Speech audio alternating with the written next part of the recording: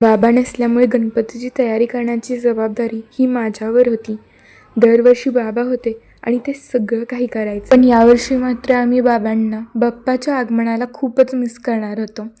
त्यामुळे मी, आई आणि आम्ही सगळेजण आलो डेकोरेशनचं सामान घ्यायला. या कराडमध्ये डेकोरेशनचं वेगवेगळ्या व्हरायटीचं सामान होतं आणि आम्हालाच प्रश्न पडला की यातलं नेमकं घ्यावं कोणतं. घरी बाप्पा येणार म्हणून सगळ्यांची एवढी धावपळ चालू होती की पहिल्यांदाच मी कराडमध्ये एवढी गर्दी बघितली, तेही बाप्पासाठी. खरंच बाप्पा येणार म्हणून सगळीकडे खूप पॉझिटिव्ह वाटत होतं. आणि त्यानंतर आम्ही सुद्धा इकडे शॉपिंगला आलो. आता सगळ्यांनाच खूप आनंद होतो की बाप्पा आपल्या घरी येणार आहे, पण त्याचबरोबर बाप्पाची कुठली कसर राहू नये म्हणून सगळेच धावपळ करत असतात. खरंच काहीतरी जादू नक्कीच आहे. बाप्पाचं नाव जरी घेतलं तरी आपल्या चेहऱ्यावर हसू येऊन जातं.